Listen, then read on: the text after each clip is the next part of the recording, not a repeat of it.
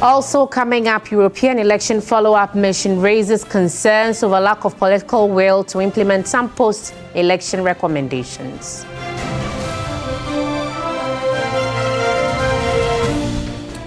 Later in business, the UK High Commissioner to Ghana tells 3 Business that Britain is committed to helping with Ghana's debt restructuring, but says expenditure and revenue mobilization will be looked at.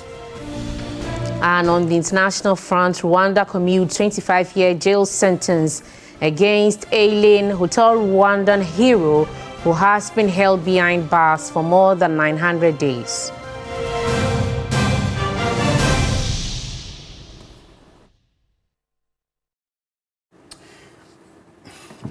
We've got details of all these stories, plus many more coming up in the next 60 minutes. Remember, we're streaming live on Facebook. We're also live on your DSTV channel 279. You can join us with your views, comments, and suggestions on any of our top stories. Feel free to visit any of our social media pages, Facebook or Twitter, and post a comment. And also, we do have to mention that we are celebrating various careers in the country, as we've done since morning. I'm coming as a painter, and then Pakwesi, Right, an engineer. As an engineer. We'll begin with our very first story in Parliament, where over the last few hours, members of Parliament have been voting to decide the fate of ministers and deputies appointed and vetted recently by President Akufo-Addo. The appointment committee failed to reach a consensus on the nominees, with the approval referred to the plenary for a final decision to be taken on them. Well, earlier voting was delayed after disagreement on the processes.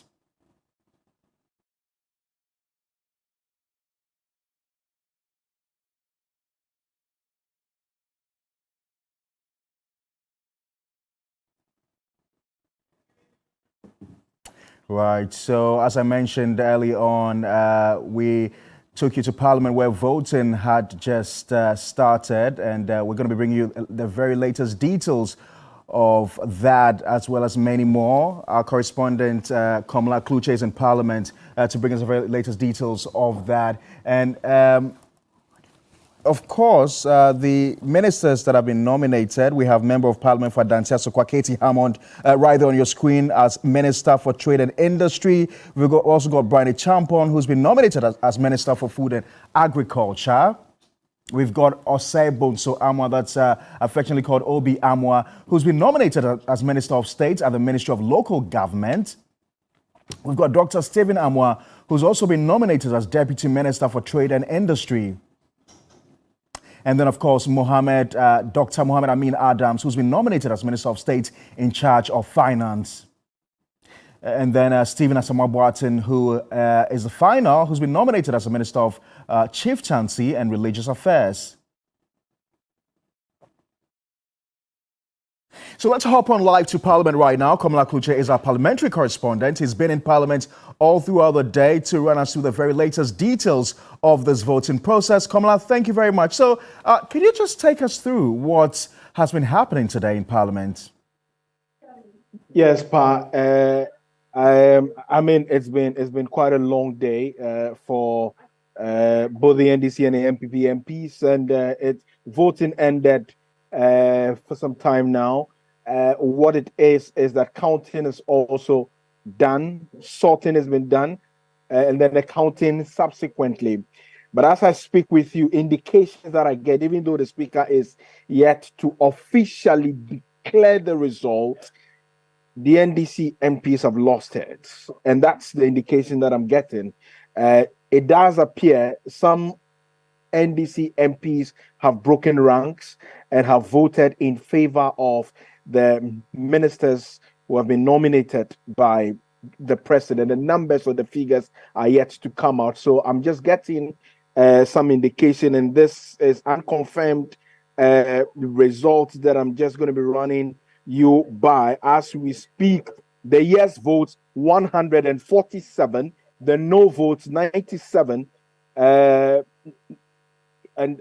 they are still doing some count, some sorting. But what it is as we speak now is that the yes votes, and these are unconfirmed ones from my sources within the chamber, that the yes votes 145, whilst the no is 97. But let me lay this, that two NPP MPs were unable to vote. That's the member of parliament for the Dom Kwabenya constituency, Sarah George Sapo. She didn't come to the house.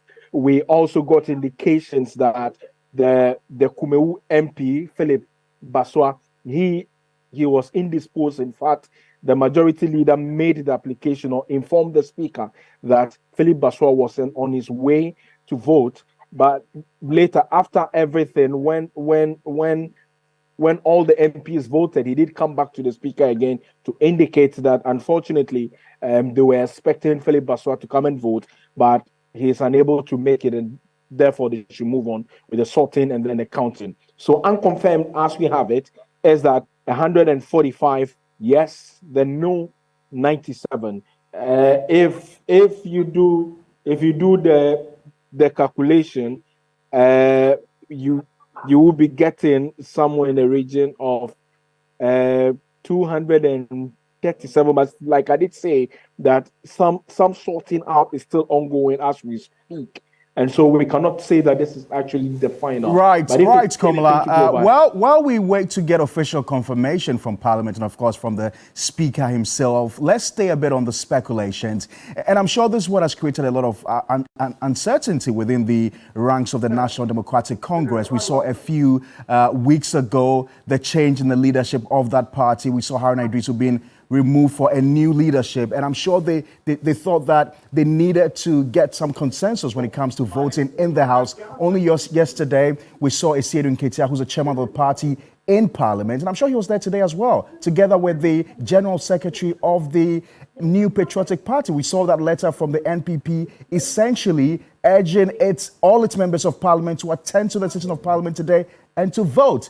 Now, if this turns out to be true, that indeed, first of all, you say categorically, Komla, that two of the NPP members of Parliament were not present. So if these two were not in the House and we had all of the NDC MPs voting, what would the number turn out to be?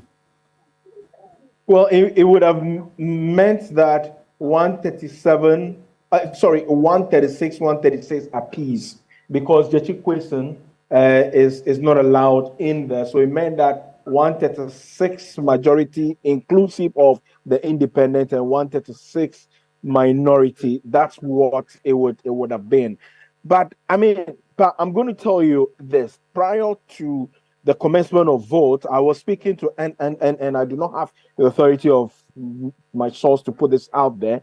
I just teased out whether they have been able, especially the minorities that is coming from a minority MP, whether they've been able to whip up enough their members. And there's a response that the minority MP gives me that don't get your hopes high. There are too many dynamics, and that some Volta caucus, the Volta caucus wanted to vote for one of the justices, presumably Justice Ernest Gaiwu, and so the others were equally asking why they should not consider their friends who are ministerial nominees.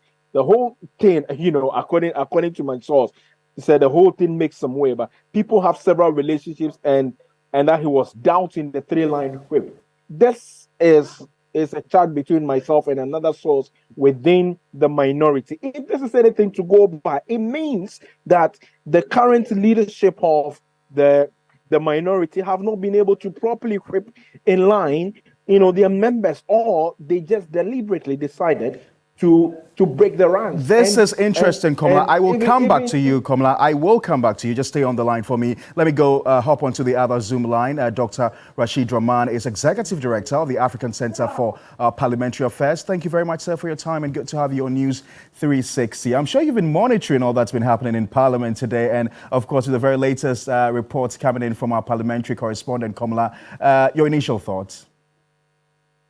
Well, if indeed what Komla is saying is true, then we are seeing a repeat of what happened on the night of January 6 into January 7, where we had some members of the majority join the minority to produce who is now the Speaker of the 8th Parliament, because the numbers, as we are hearing, simply meant that, before voting started, the NDC side had some numerical advantage because of the absence of, I believe, 2 members of the majority side. And if they've been able to produce this massive win, as the majority chief whip has described it, then perhaps the NDC has a lot of work to do. In Komla's summary, or in his concluding remarks, rather, when that text message he read, when somebody asked whether or not the NDC will be able to whip up its members, the response he read to us was that this goes beyond politics. It's more about relationships and friendships that people have kept over the years. Now, we know this is true. So why does the National Democratic Congress keep giving so much hope to their grassroots, and eventually this kind of hope dissipates with this kind of results that we see? And that's what creates the bitterness on the ground. Well, I think that's why I'm saying they have a lot of work to do. I think we are in a situation where the majority doesn't have its way, and there is some assumption that the minority can always have its way because of the fact that they have numbers. But like you rightly noted, relationships have been built over the years. These nominees have friends across the aisle, and so on and so forth. And then maybe if we want to jump into the realm of speculating beyond friendship, we might also say that will this be the first effect of the kind of deal that was done the previous leadership of the caucus that also has its strong following in the House within the caucus? I think all these are issues that might have played into the kind of outcome that we are seeing unfolding right now. Dr. Rasheed Rahman, thank you very much for your time. I'm sure we'll return to you in subsequent bullets. And of course, Komla, we will also return to you as and when the official confirmed results do come out. Well, let's turn our attention to other stories tonight. The European Election Follow-Up Mission has raised concerns over the lack of political will to implement some recommendations made to the Electoral Commission and other stakeholders on Ghana's 2020 elections. Now, Chief of Mission Javier Nat, at a news conference in Accra, was disappointed 12 out of the 18 recommendations they made have not been adhered to, yet the country is preparing for another election in 2024.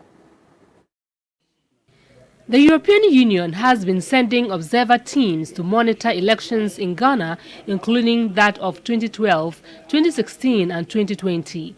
The mission makes recommendations after every elections. Some of the recommendations made to the Electoral Commission and other stakeholders, particularly in the 2020 elections, include political financing, misuse of state resources, and the need to increase participation of women in politics. Others are more inclusive process for nomination of electoral commissioners and the management of petitions for parliamentary elections. A follow-up mission deployed from March 20 to 24, 2023, led by Chief of Mission Javier Nat, to follow up on implementation of recommendations made, regretted that there has not been a political will to implement their recommendations. I came here on the 1st of April, and I stayed with all political actors and all the institutions that were involved in the elections, from NGOs to political parties and even to ministers. So what I can tell you is that I stayed, and I will name them, with the chairman of NDC, with the Secretary General of Convention People's Party, with the Foreign Affairs Committee responsible from the MPP, with the minority leader of the parliament from NDC, with the majority leader of the party from MPP, and with the Secretary General of the MPP. And to all of them, I gave personally the final report where 18 recommendations are exposed, are presented. There is, let me say, something that it is a little bit sad, not to say very disappointing. It is that the recommendations repeat from the time we were here on 2012 to 2016 to 2020. And it is a mirror repetition of what we are recommending to this country. The team noted that the legal aspects in particular remain unaddressed. The Ghanaian people needs to know soon how things are going in accordance with our view. It is the preliminary report. And then I repeat, we take some time because we are a serious team, and we prepare and we present the final report. And the final report includes 18 recommendations. We don't go to our fantasy. We go to international standards. And then we present something that is in accordance, not with European standards. And now, Omahene of Ekuapem traditional area, Osiadeyo Kwesi Ekufu III, has assured the people of his firm determination to tackle unemployment, improve healthcare, and promote quality education and tourism in the area. He renewed his commitment when he visited Ekuapem Jasehene and Ohene Amanfrom Nana Osim Kwitia II. We'll go to that story shortly, but we are running to Parliament where we have some updates coming from the secret balloting taking place.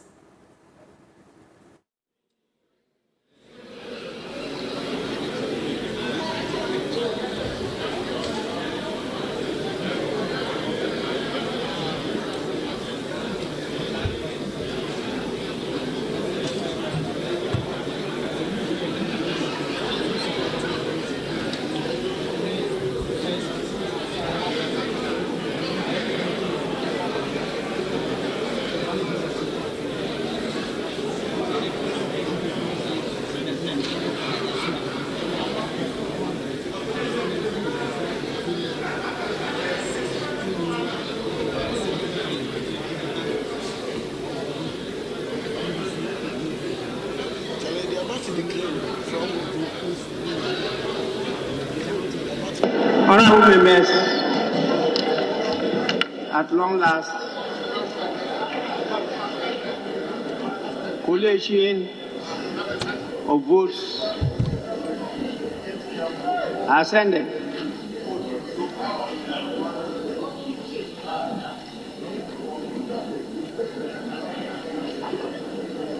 The register had 275 eligible voters. 3 voters were absent.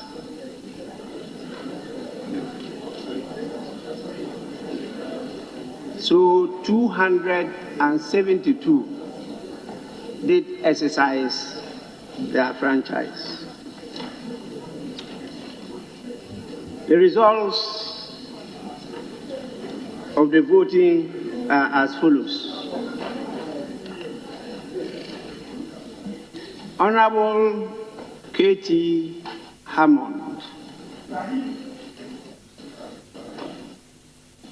154 yes, 116 noes, rejected 1, abstention 1.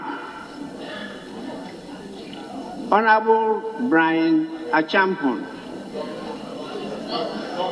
167 yes, 98 noes, rejected 4, abstentions 3. Honorable Stephen Asamoah Boateng, 147 yes, 122 noes, 3 abstentions.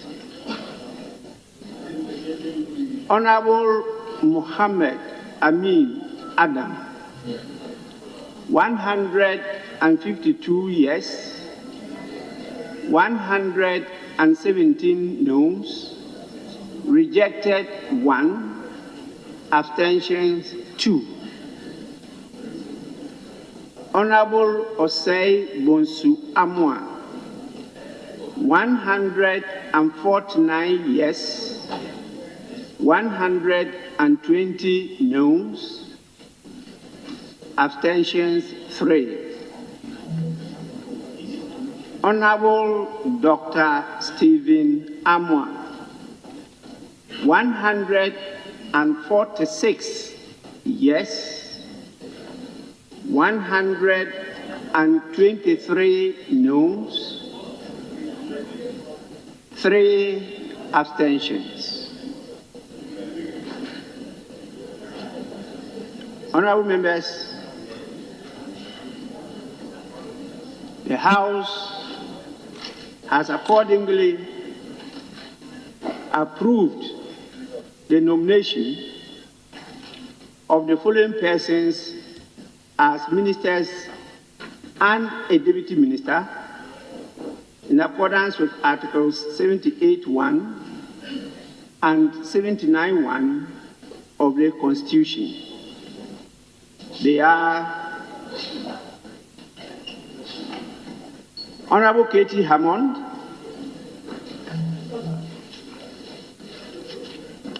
as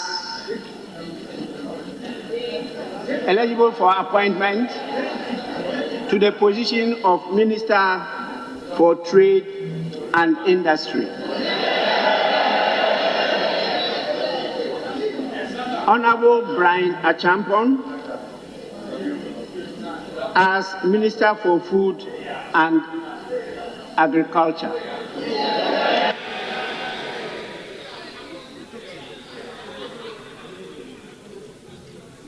Honorable Stephen Asamoah Boateng, as Minister for Chieftaincy and Religious Affairs. Honorable Mohammed Amin Adam, as Minister of State at the Ministry of Finance. Honorable Osei Bonsu Amwa, as Minister of State at the Ministry of Local Government, Decentralization and Rural Development. Honorable Dr. Stephen Amwa, as Deputy Minister at the Ministry for Trade and Industry.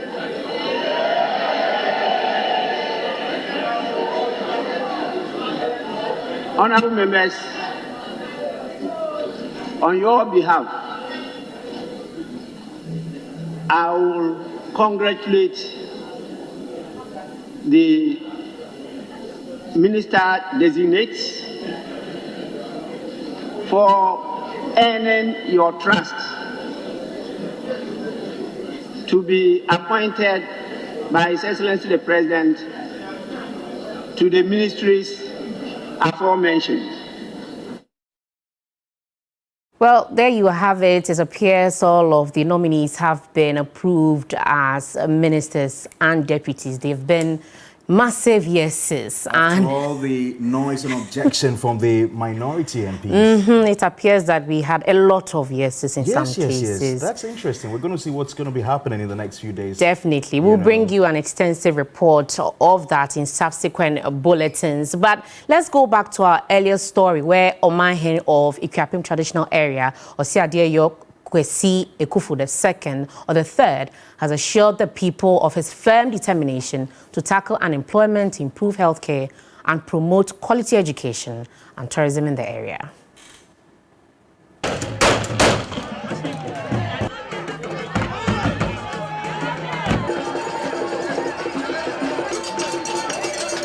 A royal arrival. resplendent with color and embodiment of the rich and authentic culture of Ekuapem. A dazzling display of rich kente clothes, jewelry, umbrellas, and royal staffs, a riot of Edinkra symbols.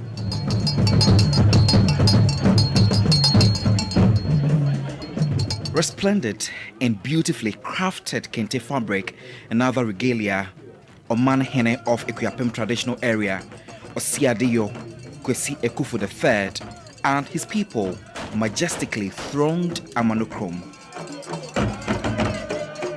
Chiefs, elders, and dignitaries flocked the forecourt of Amanokrom Palace with various customs, practices, dances, and performances and colorful traditional apparel.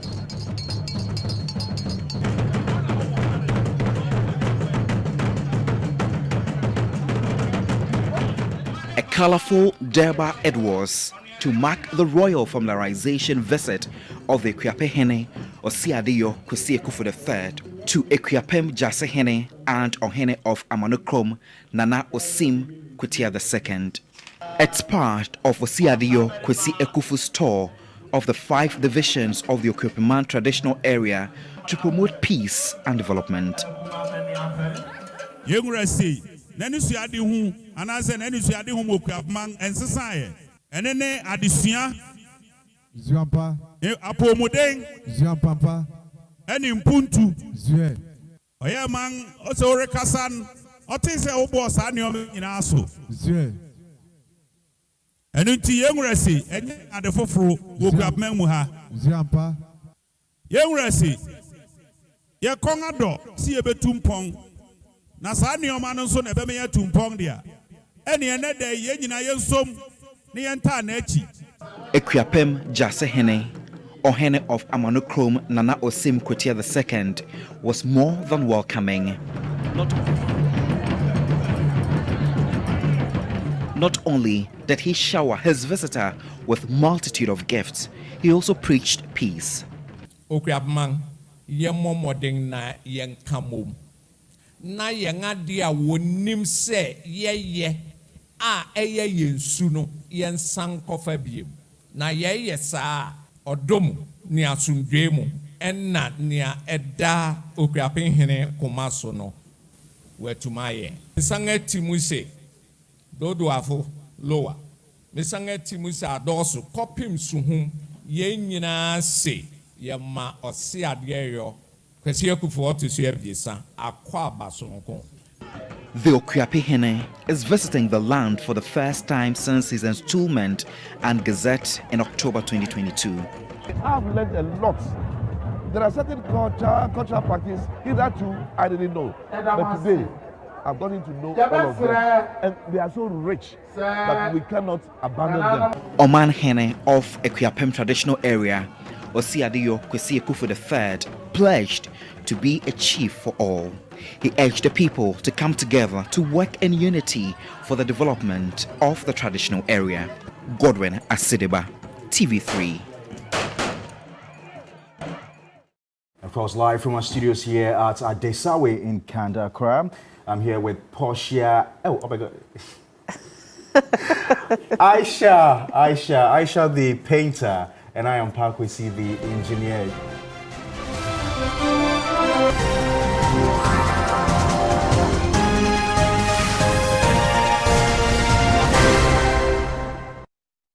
Right, welcome back to News 360, and of course, the market woman is here. Yes. Stella Michelle. I am. What are you selling? Well, I have some tomatoes, onion, pepper, and then fish. But these are the kind of the items that are actually getting our inflation above the 50%, especially fish. Fish had inflation over 90%. Right. But as the MPC has ended their meeting, let's see, inflation over 20, if our PR is going to go up. Well, you look well dressed for the market. Well, I am ready to deliver the news as well. Britain has weighed its support behind Ghana's bailout request from the International Monetary Fund as the country appeals to bilateral creditors for debt relief. The UK High Commissioner to Ghana said her country is committed to seeing Ghana's debt restructured early enough to help secure IMF board approval for the much-needed $3 billion loan. Harriet Thompson, in an exclusive interview with 3 Business, however, said the government would need to look at its expenditure and revenue generation to make the process much faster.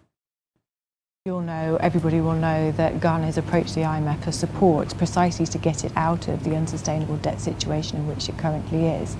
Now that's progressing well. The UK is supporting efforts by the Paris Club and through the G20, the Common Framework, to realise a means of restructuring the debt to make it sustainable, and then to get the IMF programme supported so that that can start delivering here in Ghana and bring about the sustainable economic conditions that everybody wants to see for long-term economic growth. The IMF programme will look at all sorts of areas of Ghana's economy, of Ghana's revenue raising and Ghana's expenditure, in order to come up with a package of reforms that will lead to that long-term economic stability, and we're totally supportive of that process. Expect more from this, our exclusive interview. Away from that, mining companies, Goldfields and AngloGold Ashanti have agreed the key terms of a proposed joint venture to create one of Africa's biggest gold mines. The partnership will combine Goldfields' Takwa mine and that of AngloGold Ashanti's mine. The following report has more details. AngloGold Ashanti will contribute its 100% stake in Iduapriem to Goldfields Ghana in return for a shareholding in the company. Under the proposed joint venture, Goldfields will hold a 60% stake, 30% for AngloGold Ashanti, and 10% holding for the government of Ghana. The joint venture, to be operated by Goldfields, would produce between 600,000 and 900,000 ounces of gold a year over a 2-decade lifespan. The companies jointly said the 2 neighboring operations have similar ore body, therefore expecting enhanced efficiency when operated together. We know exactly the reasons why it makes sense to bring these 2 operations together, mainly due to the proximity and the fact that they can leverage off the qualities that each party brings to the table. Increase value creation to all involved. So to the 2 companies, to government, to the communities, it's a win-win-win in all ways that you can look at it. Really, the combination gives you much bigger than we all can achieve on our own individually. There are fears the joint venture will result in job losses, as some roles will likely be consolidated. But the companies say job losses would be minimal and the affected would be duly compensated. Let's do more business news. Tax expert Francis Timor says Ghana stands at risk if Parliament fails to approve the 3 tax bills proposed by the Finance Ministry, though called out government for failure to engage industry players before proposing the said bills, reasons why there's a fierce resistance from many. I think IMF will see, it's part of the staff level agreement that was agreed. IMF said, look, let's also see some measures being undertaken locally. So yes, businesses are going to have this impacted on their operations. Profits are going to be impacted because this particular tax that we are going to levy on the businesses are non-deductible. So they have to absorb it. Looking at the current economic situations, especially the banks where the domestic debt exchange has even impacted them. Those who have little profits are also going to have to pay it in the form of these sustainability levies. So clearly businesses are going to suffer, and there's nothing that can be done at this moment because we also need this for IMF approval. So the consequences are that if we don't get it, IMF may not go ahead with the approval, even if we achieve all other agreed negotiations that we have reached with the staff level. Chief Executive Officer of the Ghana Upstream Petroleum Chamber, David Ampofo, has warned the government to respect the stability agreement it signs with multinational companies in the oil industry. This follows government's decision to impose new taxes as it aims to raise additional revenues. That, we keep our word, and that's what I mean when I say contract sanctity. When you have agreements that spell out tax issues, and then you proceed every now and then to introduce something as though those agreements in a sense didn't exist.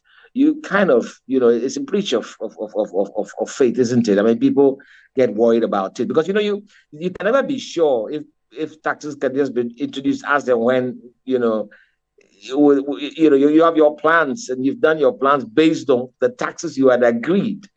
These are the things that are concerning, and it's so important that we're careful with these things, and we do them in a way that does not sort of knock confidence. And that's how I wrap up the business news right here on News 360 with me, Della Michelle. Log on to 3news.com for more business news. Sports is next after the break. Stay with us.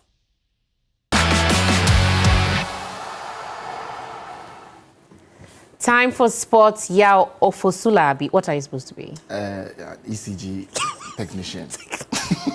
Great job that you people have been doing lately, taking back all the debts owed you. Yeah, so we have to take all our debts. It's really important. You have to pay. If you don't pay, we'll disconnect. We'll come and disconnect you. Thank you very much. Take the sports away. Let's get into the sports news this evening here on News 360. My name is Yao Ofosulabi, and ahead of the Black Stars' second leg game against Angola at the Estadio 11 de Novembro in Luanda, where Angola will be banking on their home ground advantage, head coach of the Black Stars, Chris Hughton, seeks for improvements in the Black Stars squad ahead of that game. I don't think it's about strengths and weaknesses because there are two categories. You attack and you defend. You defend as a team and you attack as a team. What's the area that our game is all about scoring goals. And even when you are not at your best, when at least you score, it can take the pressure off of the team. And unless you do that, it gives the opposition a lot of encouragement. And it becomes a more difficult game. It becomes a more even game. So I don't think it's a question of the good parts of a game and the bad parts of a game. It's about improving, I think, our general play. And I think going into the next game, I would like us to our overall game.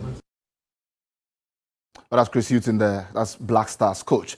Now, in some few hours, that's actually an hour from now, the Black Meteors of Ghana will play their Algerian counterparts in the ongoing Under-23 AFCON qualification. Now, the team has been training at the Annaba Stadium since arriving in Algeria. Ghana is hoping to advance to the Under-23 Championship and fight for a place to play in the next year Olympic Games, which will be staged in Paris.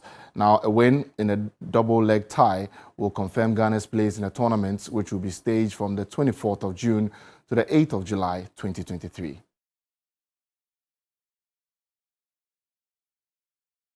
While still on the Black Meteors, and coach Ibrahim Tanko remains positive ahead of the game against Algeria in Annaba on Friday evening. Now, the Ghana Under-23 team need victory in the two-leg game to seal qualification for the tournament in Morocco.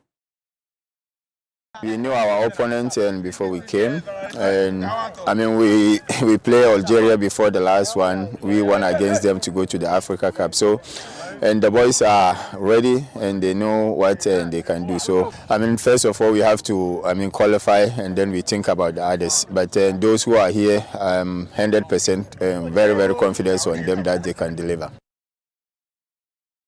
That's Ibrahim Tanko there, who's head coach of Ghana's Under-23 team, the Black Meteors. Let's head on now to the Ghana Premier League, where, incredibly, Kotoku Royals, who are bottom of the Ghana Premier League table, they beat King Faisal by 4-2 this afternoon. Tomorrow, Saturday, Karela will take on Hearts of Oak in Enyinase, and then Accra Lions will also face Bechim United at Accra Sports Stadium. On Sunday at the Accra Sports Stadium again is Great Olympics, who will face Legon Cities. Brekum Chelsea will take on Tamale City. And then Dreams FC will face in Swatreman. BBN Gold Stars will take on Samatex. Adriana will also face RTU. And Kumasi Asante Kotoko will take on Mediama SC. That game comes off at 6 p.m. also on Sunday.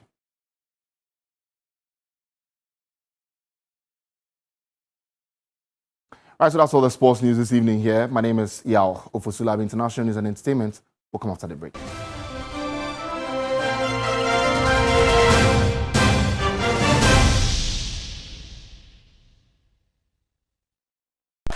Wake up! We have just 50 minutes to set off. Let's go. We want jollof for school. Shower time. I'll make jollof. Jollof? We have 45 minutes. What about the cutting, chopping, blending? Tasty Tom Jollof Mix has all the ingredients to make jollof already mixed in the pack. Is it going to taste the same? So you say Eda pa. And if I jollof no hooking me. Pour oil. Add 1 pack of 210 grams Tasty Tom Jollof Mix. Fry for 10 minutes. Add water, some cube, and salt. Add rice. In 45 minutes. Sharp. Let jollof now bing. Right on time. Delicious jollof and in 45 minutes? Wow! Easy cry. Tasty Tom Jollof Mix. Delicious jollof. Sharp. This advert is FDA approved. Water is life. Water gives life. Water moves through nature in a never-ending cycle. Observe the beauty of water as it flows all around us, refreshing and restoring. Gaze in wonder at the stillness and beauty of nature. There's harmony in nature everywhere around. Water revitalizes the body and keeps you going strong. Water is life. Water gives life. Drink Awake Purified Drinking Water. One for life. So relax and unwind, and in the calmness of nature, find the rest you desire.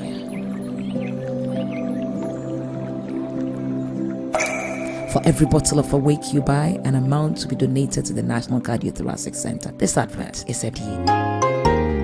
Every child is so unique. You like no other. Outstanding in every way. It's me like no other. So anytime you walk and play, you like no other. You are special like Indomie. It's me like no other. Did you know that every child on the planet has their own unique fingerprint like no other? You like no other. I can play the drums. I'm talented. It's me like no other. I can sing. I can dance. You like no other. As well as their own unique talents and abilities. I can cook. I can paint. You like no other. Indomie. It's you like no other. So every day, in whatever you do, remember you are special in your own way, like no other. Thank you, Mom, for letting me know I'm special and for making me my special Indomie. Thank you, Mommy. Introducing Indomie Beef Flavor. Buy now. This advert is FDA approved. Entertainment news segment is brought to you by Awake Purified Drinking Water and powered by 3 Entertainment.